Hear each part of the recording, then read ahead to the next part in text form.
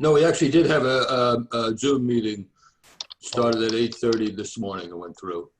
Oh. Was that also on Zoom? Yes. I sent out a separate message on that. Okay. Well, sorry I missed it. I didn't find the Zoom connection, so. Okay. I will work up some minutes and send them out because we had some good discussions on things that have happened. And, I believe Dr. Stumerlin is going to be here and give us a little bit of an update of what he talked about. And then Aiden is here and Joe is here, and they talked about some of the activity they've had during this process. All right, Bill. Yes. I just got off the phone with Dr. Murphy. She did not have the link. She showed up at the office. So I am sending that to her right now. So if we can just wait a moment for her, that would be great. Okay. She showed up at our office? Yes, physically. That's correct. Okay.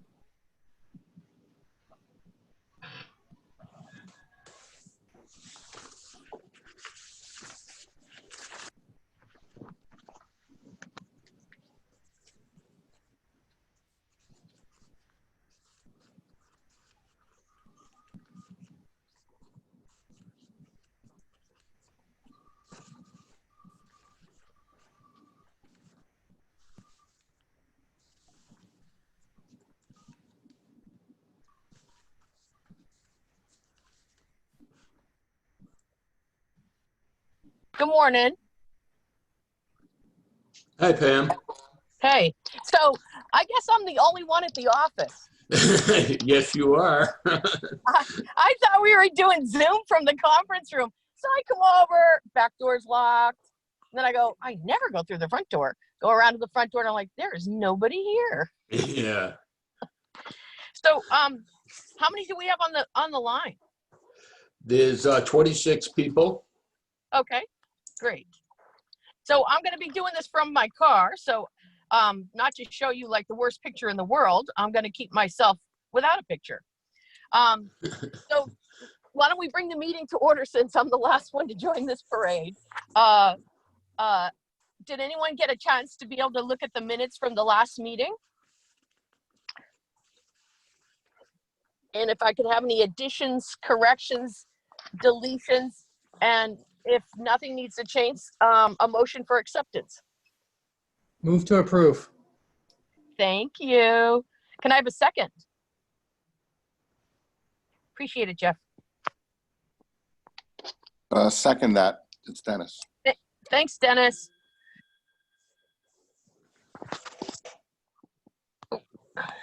Yeah, Pam, I'm trying to check right now, but I'm not sure if we do have a quorum here. Oh, well, is there really anything to vote on today? I don't think so. Was there? I don't know. I don't, at this point, I don't see anything on the agenda that would require a vote, but, There was a whole list of BLS adjuncts that needed. I was just going to say that. yeah. But it does not appear that we have a quorum. Okay. Well, we can still see if other people join on.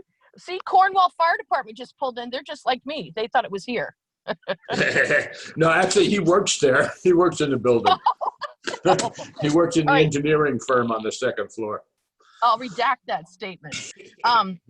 So one of the things, I mean, I think we should start the meeting actually with a bit of a recap, and I think a moment of silence is appropriate. I know this has been a long few months, and I think that everybody's been working really hard, and I think that we should take a moment of silence just to say, like, thanks to everybody, and to also say goodbye to loved ones we had or our colleagues We lost a couple of nurses at our hospital, and I think it's good that we take a moment and say, let's have a little reflection of maybe good things to come. So I'd like us all to take a moment of silence. Thank you.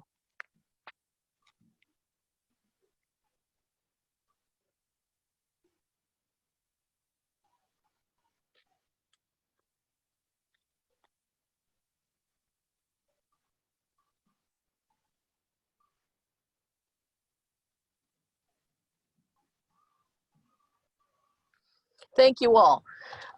So we did get a,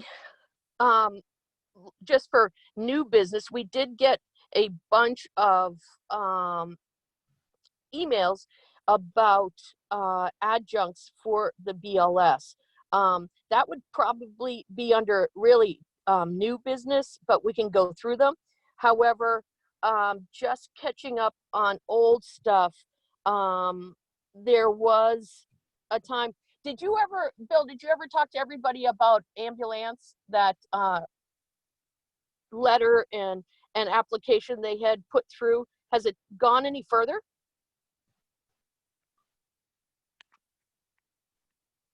Bill, you're still muted. Thank you. Sorry about that. That's okay. No, I haven't forwarded that to everybody, but there was a second request that, in support of that came through by Frank Cassanite, that a note saying that there is a need for it. And I figured that it came in last week, so I figured we would discuss it at today's meeting as to how we should progress with this. And also, did they formally put in an application though, Bill? Did they? Not as of yet. I have not seen an Okay. application. I forwarded to them and their lawyer a couple of days after I spoke with you that they needed to fill in the regular application and it would be processed in the normal method. So just for everybody, just to give you a little bit of detail. So ambulance is a company that would like to have ALS privileges here in our region. They were doing it, and the original application came in maybe March. Bill, was it March? Well, it wasn't really right. an application. It was a request. It wasn't really an application. Yeah. They have not filled out the application as of yet. Yeah, I should be more correct in the wordage. Exactly. But they put out a letter of like investigation and looking for information, and they were trying to get a ALS certificate through us. I mean, they already are an ALS agency, but to get the ability to work in our region, and they wanted an expedited process. And actually, I went against it. I said, no, everybody needs to go through the regular traditional process we've had everybody go through. And at the time, all of our ALS and ambulance calls were down anyways. The volumes to ERs were down. I don't think that there was this expedited need at the time. So we just told them to go through the traditional process like everybody else does for the ALS application.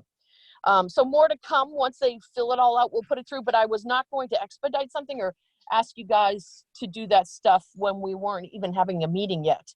So that's one thing that came across. 2 and 3 is probably all the stuff from the state and the advisories and the kind of recommendations they made. So most of that hopefully has been redacted. We still over on our side are not up to the volume where we were. I assume other people are the same.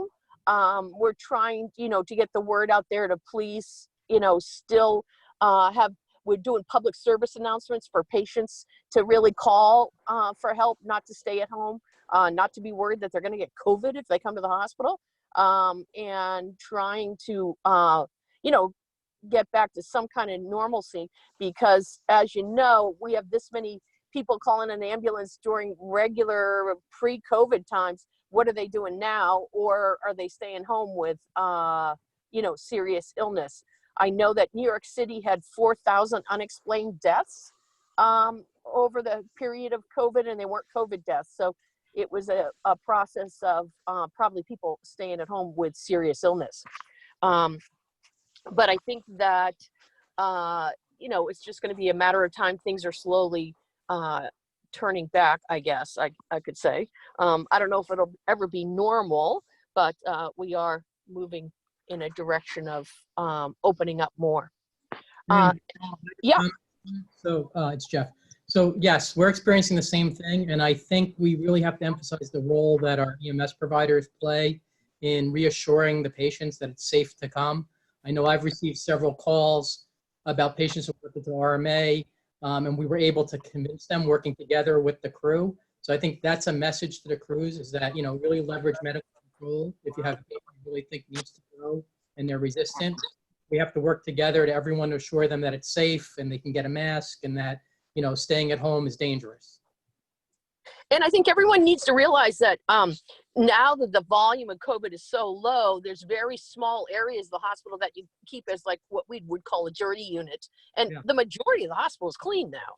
So yeah, I agree. And also people put off a lot of procedures and things they were supposed to have, you know, biopsies for cancer, removal of this, you know, node, or a biopsy to see what this mass is and things like that. So we're trying to push that word out too, that people need to get back to taking care of their health also, and not worry that, you know, they're going to contract COVID.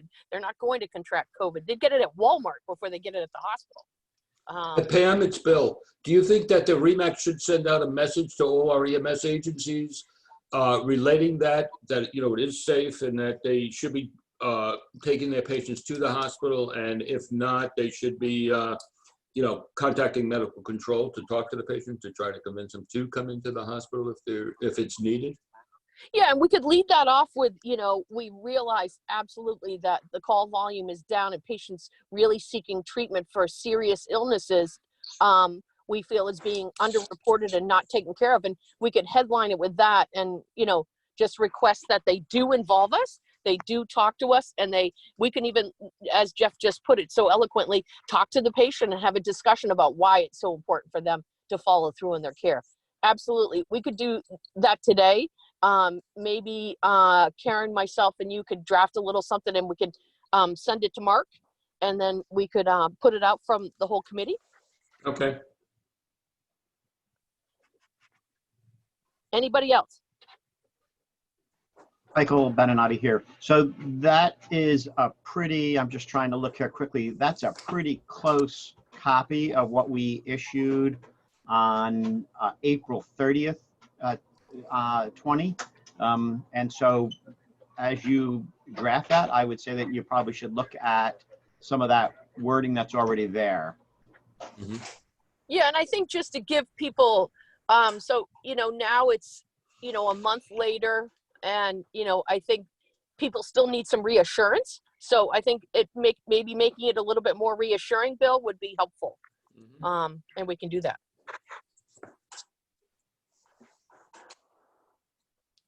Any other problems? Any other concerns?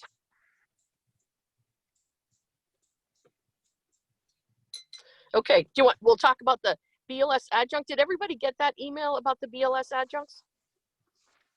You should have. So there's a bunch of agencies that were, you know, passed along to us. As you know, these are kind of pass-throughs. We don't have to vote on them, but we do need to enter them into the minutes and make everybody aware. So I'm going to read them off and include in here the type of adjunct that they have brought forward for their agencies. Yeah, so excuse me, Pam. Go ahead. Just Yeah. they do have to be approved by the REMAC on the adjuncts. What happens is the agency gets a temporary approval until the next REMAC meeting that it's brought up, and then they're approved because it is in addition to the normal activity that they would have. So the adjuncts are approved. How many people do we have on the call now? 7 physicians at this point. We're only missing 1. I believe I believe that's what it is. If anybody sees anything different, I'm just no, it's checking 8. again. Yeah, it's 8. Yeah, 8 is what we need. Okay. But I believe we have 7. So Michael, who can you call to tell him to get on the line so we can vote these in? Is Ashad on the line? That's what I was just looking. I do not see him. Let me see if I I can, don't see him. let me see if I can get Okay. him on the phone. All right, so I'll start going through these just so we don't waste everybody's time. So the first is out of Kerhonkson, the Accord ambulance service. They are adding in BLS glucometry, which is a good thing. Upper Delaware Volunteer, they're adding in CPAP. Pearl River Ambulance Corps is adding in Narcan, CPAP, and glucometry. Mobile Medic is adding in CPAP. East Clinton Rescue Squad, CPAP. Cohecton, I don't know how to say it. CPAP. And Wallkill Volunteer, CPAP. Sparrowbush Engine Company, glucometry and albuterol. Neversink Fire Department, CPAP and albuterol. Schwangunk Valley Fire, glucometry. And Ellenville First Aid Squad, Narcan. The Costco Wholesale Corporation in Nanuet is becoming a pad site. And Mayoshi of America Incorporated, also a pad site. And Modena Fire and Rescue is adding on albuterol.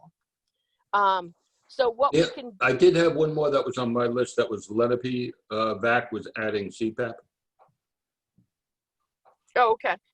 All right. So Ashad just had a baby, so he's still incapacitated, it sounds like. Oh, is Dr. May on the line? Yes. Okay. Karen, Yes? did you get any other replies that said that they would be here that are not currently on? Not too many people replied.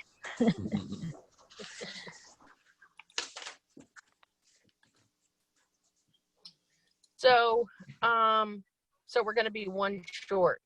So Bill, I don't know if we can do anything with asking for one other person or to come in on a, if we did I a, had, go ahead. I had Dr. Wilson. He emailed me and said that was there a call-in number for the meeting, and I sent him the stuff, but I guess he didn't call in. Don't we have 8? 1, 2, 3, 4, 5, 6, 7, 8. Stu Miller counts, right? Yeah. And Evan Cohen is on the line from Okay, so Newburgh. that's 8. Hold on, I don't see Evan. Yeah, he's on. Evan's iPhone. I just Yep, saw I'm his name. here. Oh, okay. I'm sorry. He's the one that I missed. No Made it. problem. No problem. So Thank that you gives all. us 8. Okay, so what we need to do is make a motion to approve all the BLS adjuncts. And if anyone has any kind of comments or considerations, otherwise I'll ask for a motion to approve. Motion to approve, Dennis. Thank you, Dennis. And all those in favor, Karen, do you want to do a roll call? Hold on a minute. I don't believe it's necessary. Okay, so all those in favor, will pass it with aye. Aye. Aye. Beautiful. Thank you, Mark. Thank you for being the calculator of the bunch. Okay, moving on. Anything else anybody needs to bring forward? Did you have any QA stuff, Jeff? Anything you needed to bring forward? Nothing vital. Okay. And from a perspective of helicopter committee, David, did you want to bring anything forward? No, we had a meeting. We talked about COVID-19 transport, safety, communications, operations, utilization, and happy to answer any questions from the REMAC. What about numbers now for you guys? Have they been up, down, the same? Aiden has the exact numbers to share. Yeah, so just like many of you, back in April and March, we saw our biggest decline hit about negative 25, 30% year over year. However, as of today, we are sitting at about negative 8%. Redmond and New York in particular. Our biggest growth that we've seen since post-COVID has been in our scene response. We are still seeing quite a low number in our interfacility transfer requests and completed transports. So that kind of goes with, what's been happening, but your recovery's quicker. Your recovery's quicker than most of the hospitals. That's good. Yeah, we were trending with most of the hospitals and EMS agencies that we were speaking to, but we have seemingly come back at a little faster pace.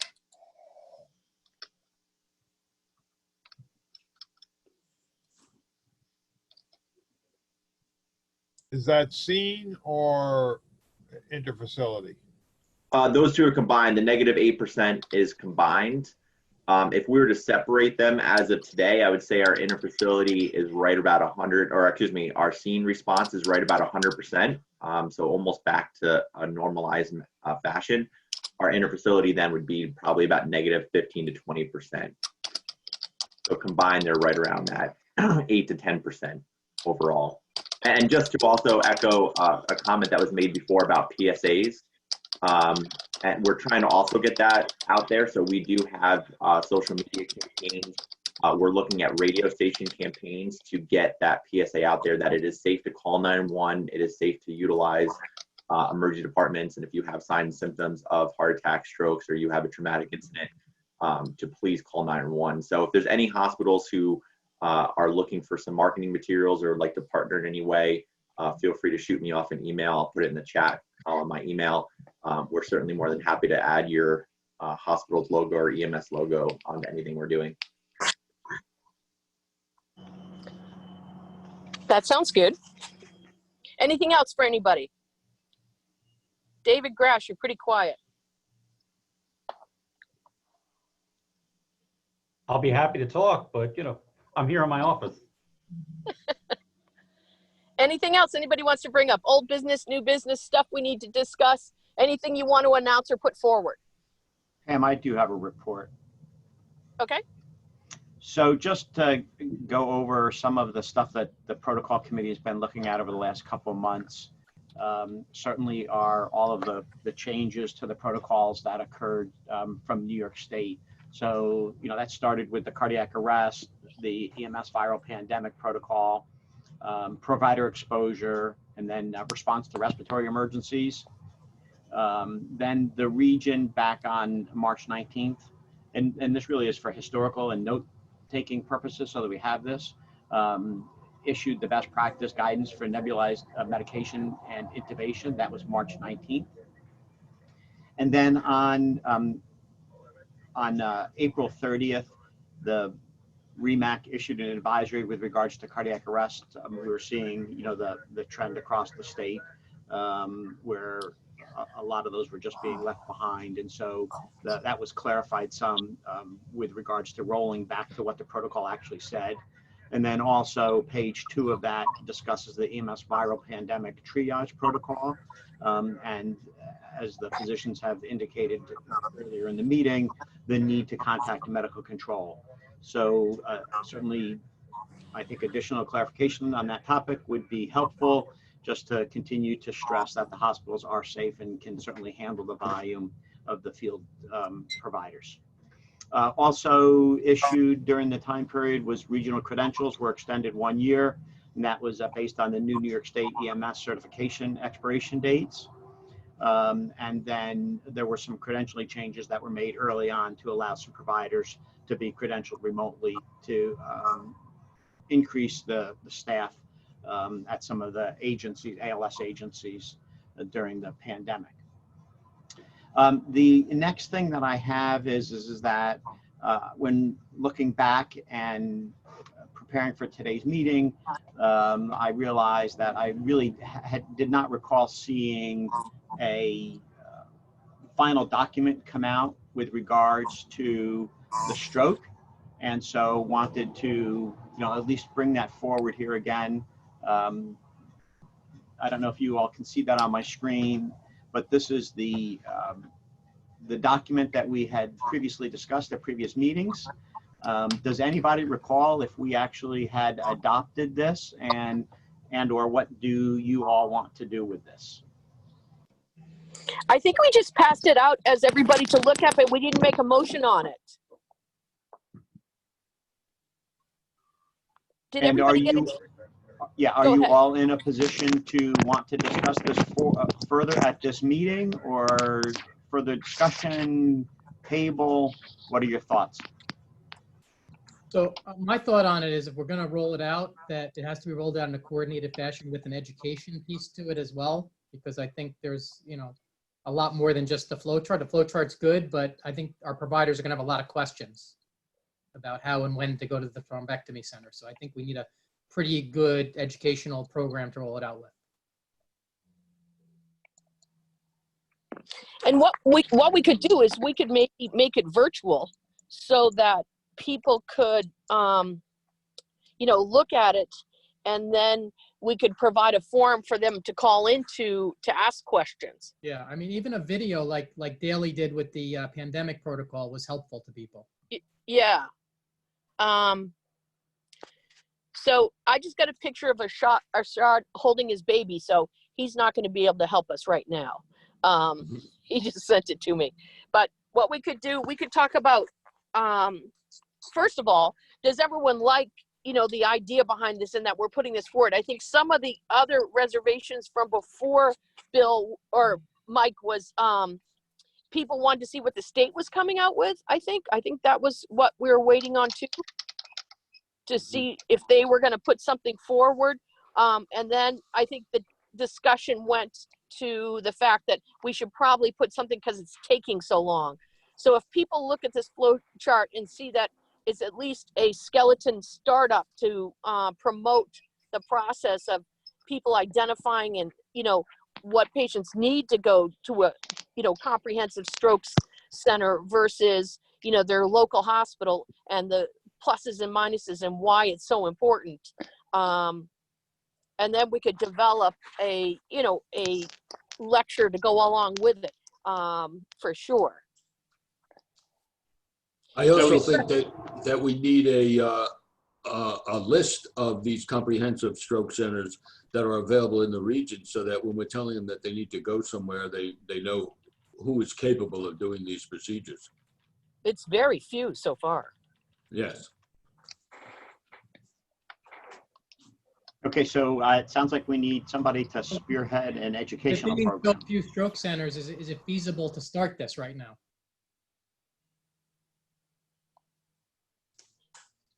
Right, I mean, is travel time going to be less than 30 minutes in most situations? I'm not sure.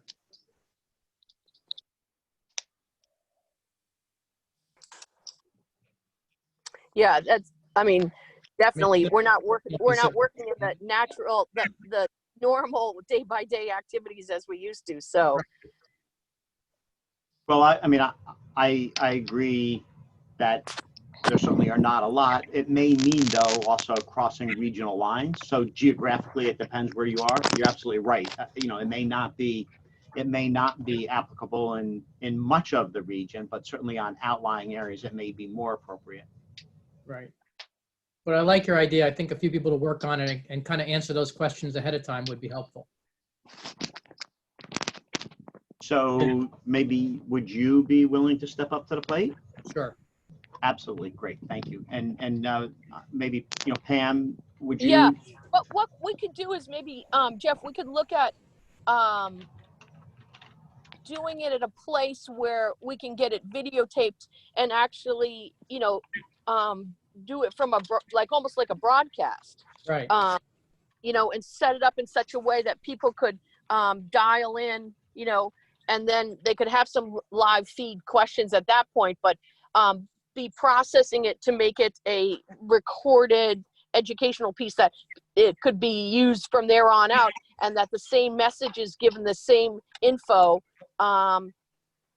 So what we could do, why don't each of us work on a little bit of information that we feel like we want to be included in there, and then I'll figure out a mutual place we could meet and, put it together, and then try to set up a real conference call that everybody could do. It could be a Zoom meeting. It could be, anything in person, you and I with a couple other people, and then the rest, call in take it virtually. Hey, David Grass, you think we can use the setup that we do some of the CME audits with? Yeah, absolutely. I mean, it's no different than this Zoom meeting. It's, you know, just a matter of getting the invite to all of the participants and then bringing them on board, as long as there's a two-way communication. It definitely can be a distant learning CME. That's easy. Yeah, because we could combine the two in. What'd you want to say? The only thing I was going to say, and Bill beat me to it because I did have two things to say, was having the centers and a live time feed for the providers is what's going to be necessary, because they're going to be dealing with patients. They're going to want to go to the hospital they're comfortable with, and to be able to educate them on which facility is comprehensive and which one is just, you know, a stroke center is going to be important to the provider, because I want to go to the hospital I'm comfortable with. Yeah, I mean, we can put forward what people have been given as designations thus far. It's just, you know, all this stuff kind of got stuck in the mud and hasn't moved very far. But absolutely, I can put together and get all the information of the people that are labeled thus far, but it's very few are comprehensive centers in our region. But absolutely, and I think people need to feel comfortable, like you said, David, to go to the hospital that they normally service. And I think a little education, as Jeff says, so that they realize the potential of, you know, going to a center that has the capability of doing a thrombectomy or, you know, intravascular endo procedure. Sometimes is extremely important, depending upon what you see in front of you. You know, one of those large vessel occlusions absolutely needs to go to a center where they can work on it right at the spot. So I think that ties into education again, Jeff, and what we could do is you and I can take this offline and come together with a process that we think would be helpful to, and educational and informational for everybody, and we could try to move this forward. So we have eight doctors on the phone now. Is everyone in favor of doing this process? Any words against? And that we take this flow chart and move it forward and try to fill in the pieces and give the information in an educational basis to everyone. And then Pam and Michael, I'm in favor of this, but may I suggest an edit to clarify? Your third blue box should just say, is this a wake-up stroke? And then the fourth blue box should say, is stroke symptom onset greater than 3.5 hours and less than 24 hours? The Because fourth really, box. yeah, because that's really the intent. Right. You take wake-up strokes. Yeah.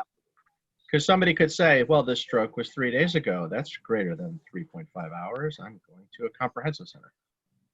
Not any of us, but someone will read it that way. So if you just make that edit, that says the same thing.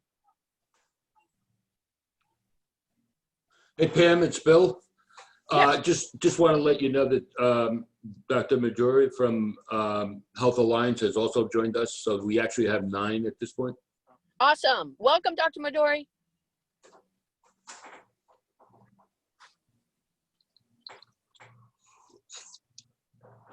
Okay, so at this point then, I will forward this document to Jeff and Pam so that they can take it from there. May I also offer that maybe regional training at Ed should assist? And Dave, can we get a volunteer from Mobile Life Support to help with the technical end of this project? Absolutely, we'll be happy to help. Okay, and Dave Violante is training in Ed, interested in assisting? Yep, we're of course here and ready and happy to help. Yeah. Okay, Pam, you good with that? Yeah, so why don't we make just this small group and we'll move this forward, get some background information, put all this stuff together, and then we can do another couple of preliminary calls, go over the materials, and then talk about facilitating it happening. Hey, Jeff, is Mobile Life's headquarters too far for you, or is that a reasonable distance for you? Oh, that's reasonable. Okay, so so we'll move this forward in that forum, and then we'd be able to, devise a decent educational program, give people CME for it, and continuing education, and be able to pass out, the information that would be very helpful in this process. One of the things I noticed at our hospital was we would have between 2 to 5 or 6 neuro alerts or code neuros a day. During COVID, we had none. So it definitely shows you that people were staying home with TIA-like symptomatology, and not moving forward to get that evaluated. So this is another very important topic for us to bring forward to, the EMS community alike, with the public, to make sure that they're, again, seeking care. Thank you for that recommendation, David Stu Miller. That looks good. I like the way it looks. This is better how it's explained. I'm sorry, this is Gigi Medor. Sorry, I missed the beginning of that. I know the last time we discussed this, we had some good discussion. I have the same concerns that I had at that time, and I don't know whether anyone has looked at this area to see how many of the strokes that have been transferred for evaluation for endovascular procedure have actually benefited from a procedure.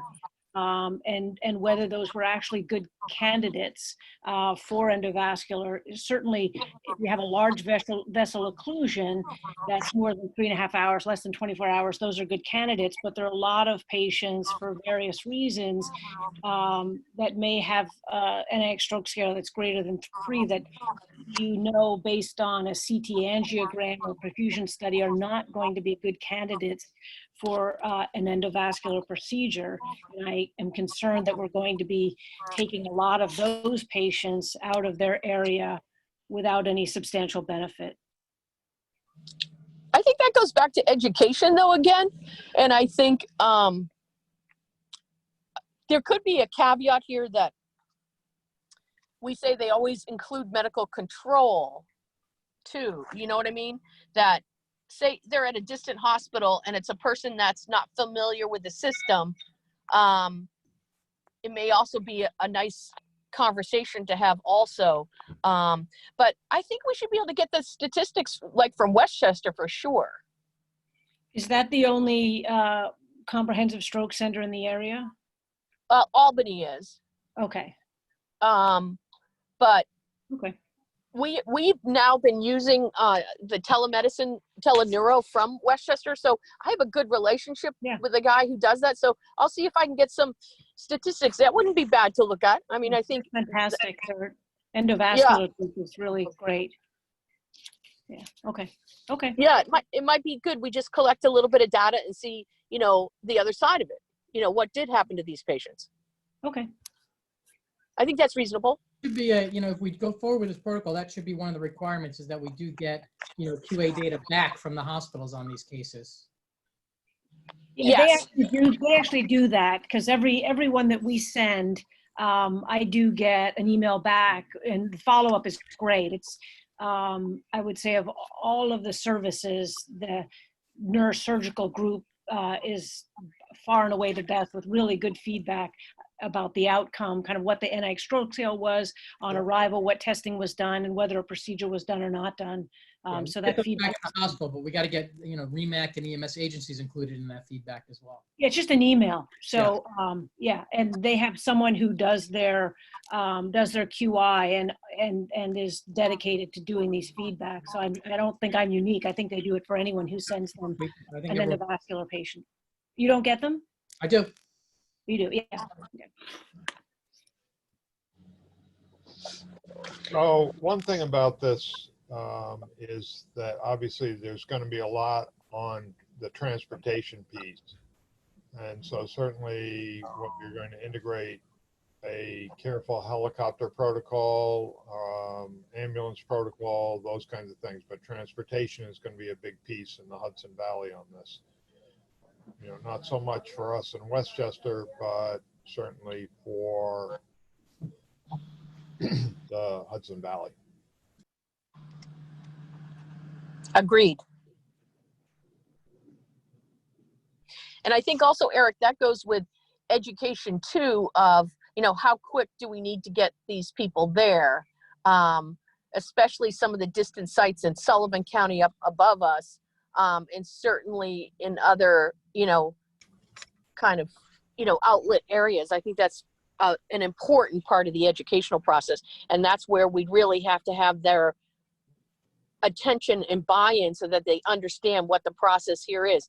Because it is complicated, like Dr. Modori is saying, is that you want certain people to go to these centers and efficiently go and have some use for going, not just because it looks like a stroke, but to meet all the indicators. Yeah, and I mean, are we going to do this like a scene call? So that's, that's a question. That's an idea. And do it based upon like what somebody would see at a scene call and what they would do.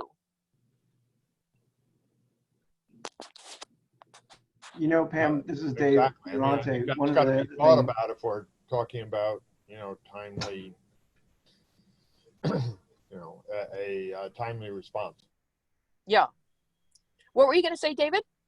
I was just thinking that, in some areas we may have to address more so the case where providers are 5 minutes from the hospital in systems where they don't have a ton of ambulances out there. One of the things we're seeing now is a reduction in the number of ambulances available to areas that it may just, people may not operationally be able to go that far, as Eric was saying, especially in areas where the hospital is close by.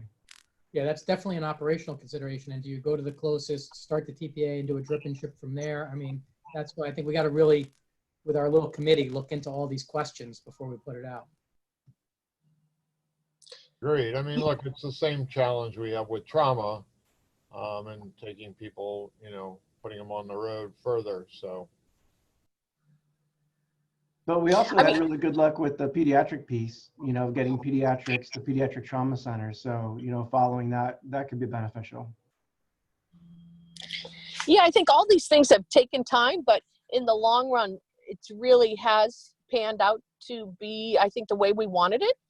So I think this will be just another journey to take, that we do it with good educational tools, a good system to get the information out there. And I think the biggest thing here is going to be education, so people understand the significance and just the subtleties of how we can intervene on these strokes. And, for the longest time, everyone always thought, you only have the 3 hours, and it's, definitely different. And that we look at it from a perspective of just really, how can we help this person out, and what was their pre-morbid status before this event occurred. That's a huge process here too. So there's a lot of nuances and a lot of education. I think, it's a thing that we could put together and just make sure that we do it in such a way that it helps people. Hey, Pam. Yes. Hey, it's May.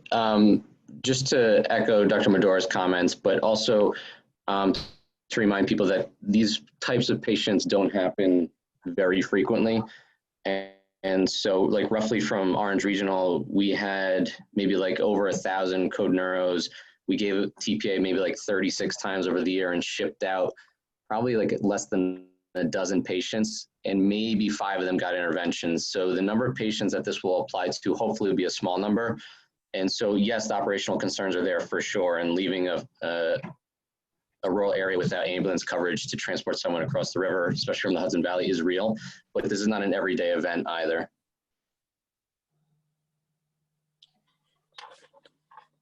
And I thank you, Matt. I think also because some of these are so infrequent and, depending upon where they are located, we also have to have them think about, like, if they really need to get the patient there, then they do air transport as long as it's capable.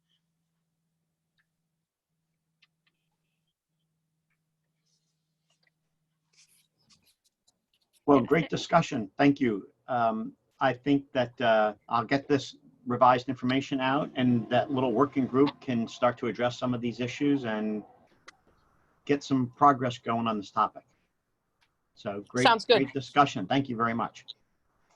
The next item that I have is a discussion that's been occurring for some time at these meetings as well, and that is a termination of resuscitation in the field.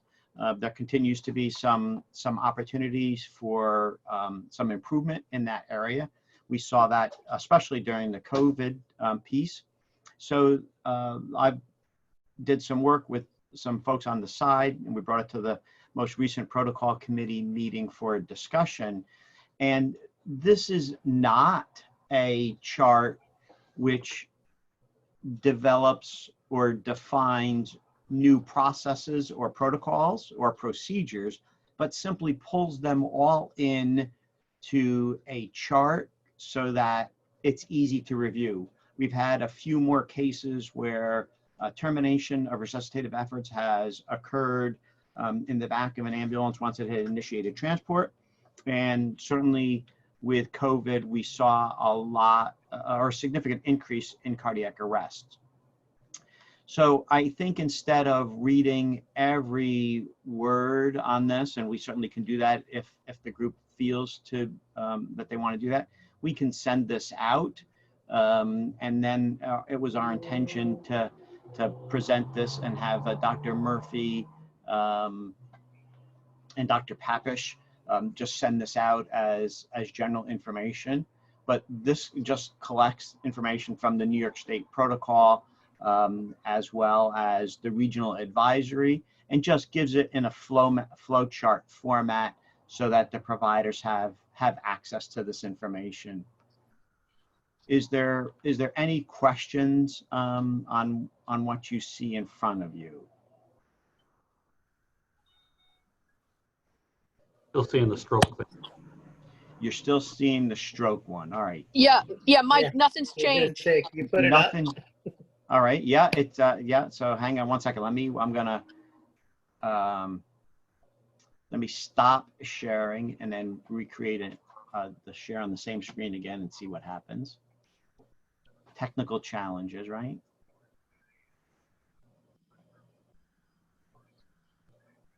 All right. Now, is anybody seeing it now? Yeah, now you got it. Okay. So I'll make it bigger so you can. All right. So essentially, after 20 minutes, consider decision based on the following. So you can either terminate the resuscitative efforts. So some of the sub considerations are end tidal CO2 and should be done when the patient's not in a public place. You can choose to have continuing efforts, or you can transport in extenuating circumstances.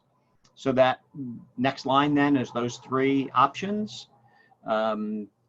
If one of the options chosen is that the team agrees to terminate resuscitative effort, does the patient meet the criteria which is laid out in the protocol? If they do meet all of those conditions, and again, that's based on protocol, we're not rewriting stuff, ALS providers can terminate efforts without medical control. However, BLS providers must contact medical control. And so essentially that's all that says. And then if resuscitative efforts are terminated, then contact law enforcement. If we go back up and the patient care team does not agree, or the option is to continue efforts, then that just happens, you initiate transport. If the care team agrees to terminate resuscitative efforts, but the patient does not meet the requirements in the protocol, and if the family is amenable to the decision, you can either continue the efforts and initiate transport, or you can contact medical control. If you contact medical control, you still have those three choices. And then key points and considerations. When it's determined that resuscitative efforts will not be initiated or terminated once initiated, either through standing orders or online medical control, it shall be referred to and documented as termination of resuscitation.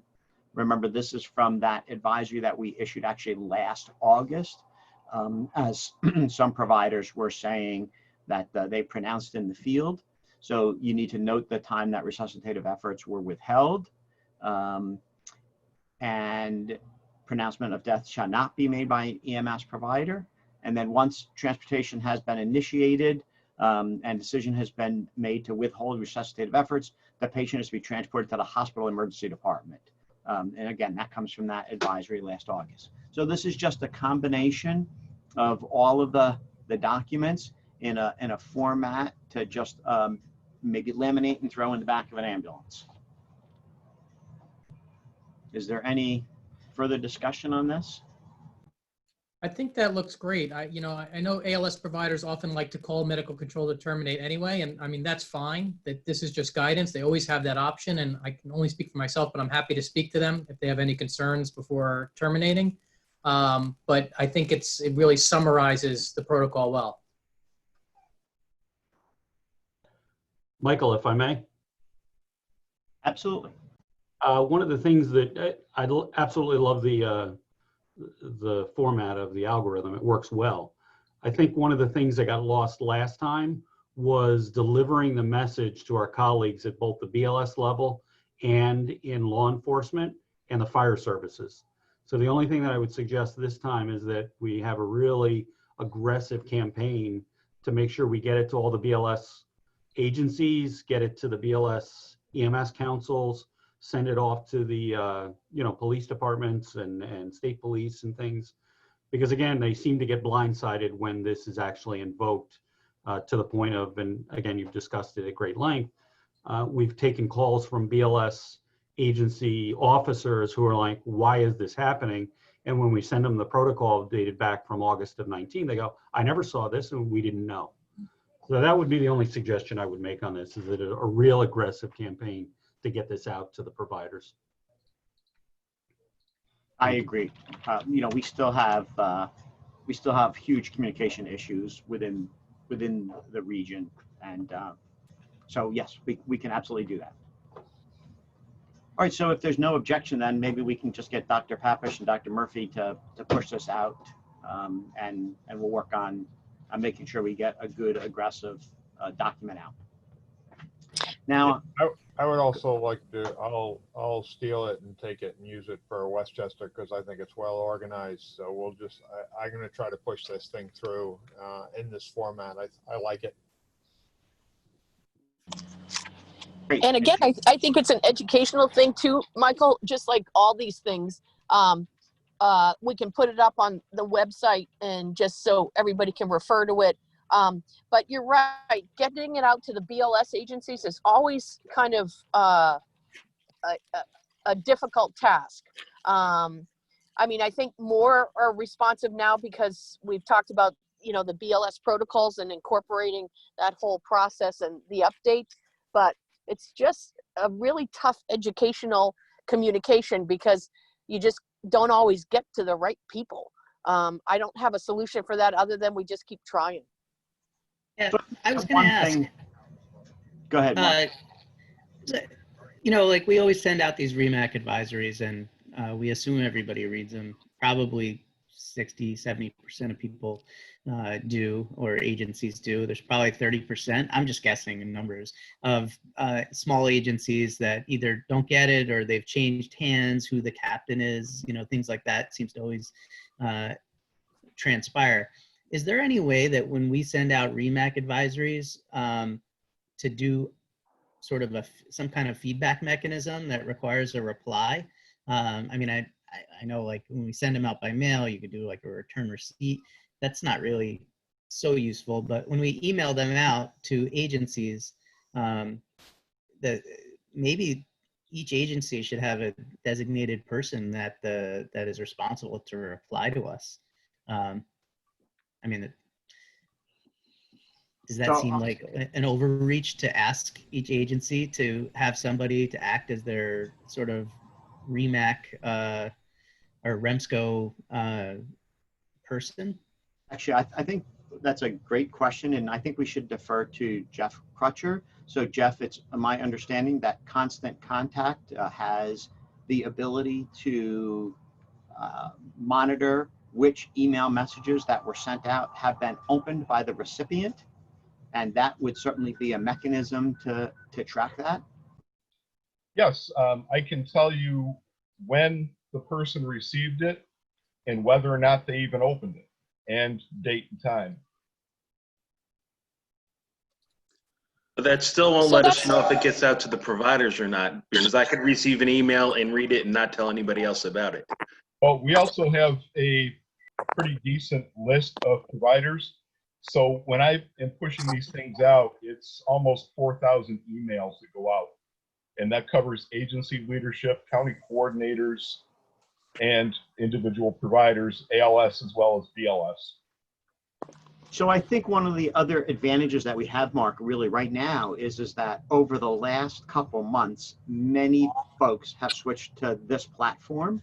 And as a result, I think we've gotten much better contact information. I know that, a lot of the county EMS coordinators have been working one-on-one with the agencies in their county. And so I think the last couple months, the communications from counties down to the providers, or at least to agencies, has increased. And Jeff is right. We need to just continue to enhance the provider list, because that's whose hands these need to get into, is the provider themselves. Yeah, we put a great effort into that this year in trying to get everybody's individual email that we can contact them with. And it has been successful to quite a point, but I would still say that we need a lot more cooperation in that area, as far as getting individual emails up and running. So I know one of the things that we talked about early on was putting a piece on the website, maybe right on the front page, that allows them to subscribe to letters. Is that possible, Jeff? Can we do that? We can work on that, yeah. One of the things that I've been trying to avoid is inundating people with more emails. I push them out as they're required and for the vital stuff, but my fear is if we flood their email boxes, they're going to put us on ignore. And right now we get about 60% of the recipients that actually open the emails. If we push more out, that may drop versus increase.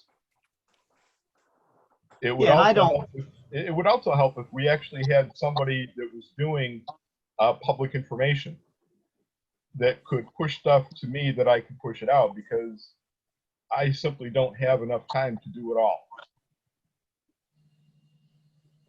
And I don't think, Jeff, that we're saying to push out more stuff. I think what we're really saying is what is the effectiveness of the stuff that we are putting out, like the advisories. Right, but what we need to push out needs to be quality material. So maybe, Jeff, maybe, as a suggestion, Bill could bring that to the council, and maybe the council can work on a PR group or a PIO group, and maybe that's something that needs to be addressed then. Maybe they could use social media for that method as well. Well, they can also use constant contact, because we can set up a template and we can set up another level of administration so that we are able to see it before it gets pushed out.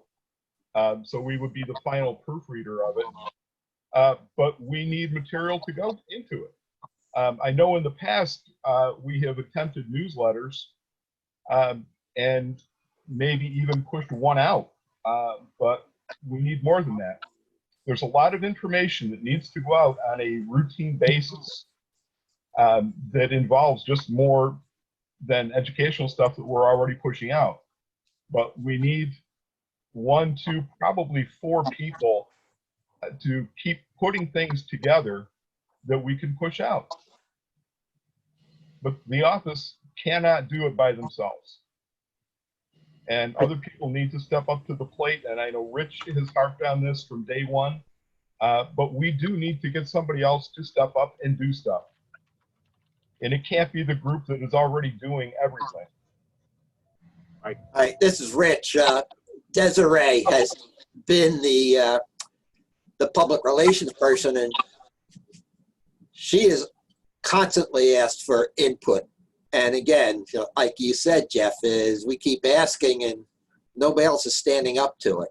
One of the things that Mid-State EMS seems to have a pretty good, decent newsletter that they put out, and I shouldn't say newsletter, but announcements that they put out to a blast email. And I find them pretty informative. With ours, you have to go on to the site. You have to make an effort to go and look at it on a regular basis. Where the one from Mid-State, you know, it's there in your email. So you look at it that way. Right, and we could do the same thing, but we need a little bit more input from folks. All right, well, maybe Bill, you can bring that to Remsco and we can move it off of this group and maybe we can get some progress on that. The next thing that I have, I want to go over quickly while we still have all the physicians on the phone, is that during the COVID event, and obviously we are still in it, hang on one second here, I'm trying to share again. So we needed to, there was a need which started in Dutchess County and then expanded to Ulster and Orange and then eventually expanded to the entire region. But a group of EMS providers got together and ultimately ended up creating the Mid-Hudson Valley EMS Task Force. And the purpose of that was to develop an EMS contingency plan for hospital surgery location and continuity of EMS operations. I'm not gonna take time to go over it in detail now. I hope that you all had an opportunity to read it. Dave Violante took the lead in coordinating and running the meetings. We do have another meeting scheduled for tomorrow. We've kind of backed them off. However, I want you to make sure that you're all aware that it's out there and in the event that we need it for come the fall time. And so if you have not seen this document, please make sure you speak up and ask for it. There, like I said, there's a meeting tomorrow. We'll probably do another follow-up meeting and then start some fall planning. And since I have occupied most of this meeting, I am going to go on mute and remain on that for the rest of the meeting. Okay, can we have that document sent out again? Because, you know, obviously we need to adopt this area-wide. And just going back to the previous conversation, I mean, perhaps that algorithm flowchart, can we get that just, how would we move towards getting that integrated into the collaborative protocols? Because look, all these discussions have happened quite a bit on a national level, on a state level, and certainly in the collaborative protocol area.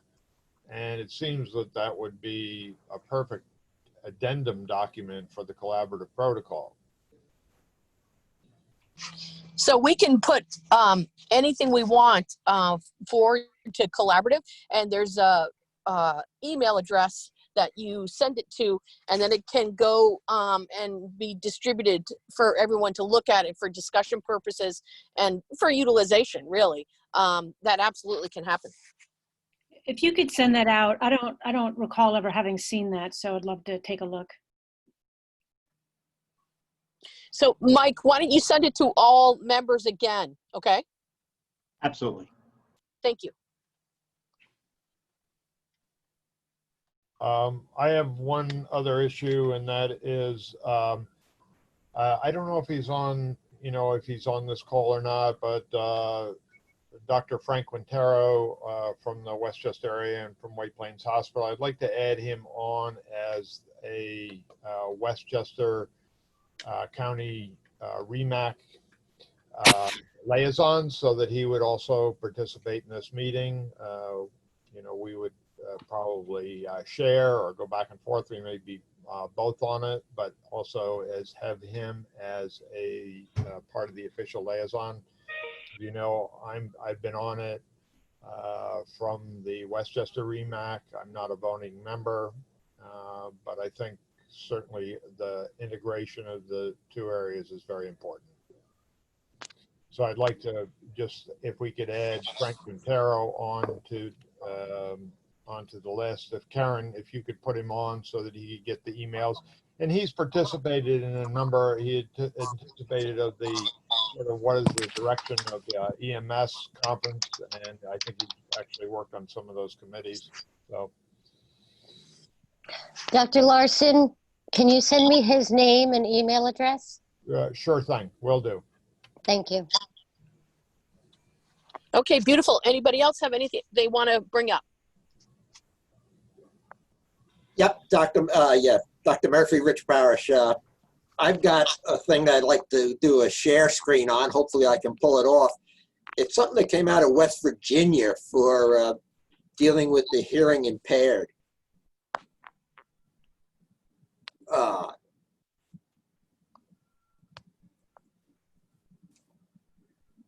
Something like this, if we could pull this together and get it out to all the providers.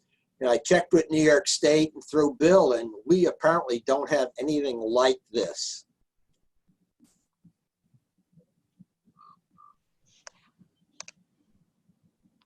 Any comments? I'm not hearing anybody. I'm reading it. Oh, okay. It's actually pretty good. And Rich, yeah, could you scroll down? Scroll down a little bit and show the other half of it, because there's a lot more information on there. All right, I brought it all the way down, and that's as much. Yeah, hold on. Yeah, it's down. It showed the bottom half. Yeah. Okay. And it's something I like to see get out there to other agencies. And there's also another one is if you're done with this, it's more for law enforcement.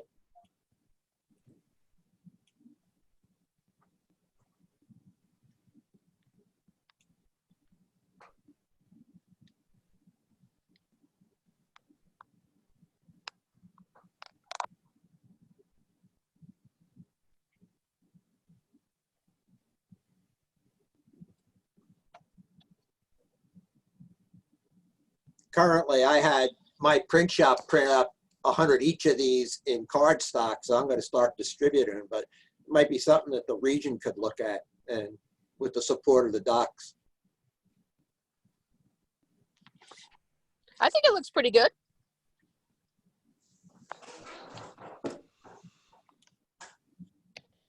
Yeah, I think it looks good. Makes me wonder. I wonder, we have translation apps. Google Translate does every language in the world. Is there a sign language translation app? Anybody know? Not that I know of. Yep. I got to go make my patent. I'll be back. Yeah. When we put this out there, Bill, there was the people that do the app for the protocols. They were thinking of putting something like this into the app. So just something to think about. All right. Thank you, Rich. I got one other thing, and there's been a change in the executive committee. I've made a decision that it's time for a change, and Dave Grass has accepted the position of president. That'll take effect July 1st. I'll stay on as vice president. All right. Congratulations, Mr. Grass. Thank you. I'll try and do as well as Mr. Parrish. All right, anything else? Pam, it's Bill. Do we have to circle back to the ambulance situation? What do we need to do for that to move forward? We just need, they just need to submit their application and we go forward with the regular process. Okay. Because at this point in time, the next meeting is not until September. I don't know, is Frank still on? Does he want to comment on that or have any questions? I don't see Frank. Okay. And the other thing is, I know the SEMSCO and CMAC are coming up. They're not going to be on the regular days that they were normally scheduled. They're going to be sometime towards the end of June, and they are going to be electronic meetings, but I haven't seen the details of any of that as of yet. So I was wondering, are we still going to be bringing up the iGel project at that point? Or the supraglottic airway project, no iGel? Yeah, I have to circle back with them. It's so long.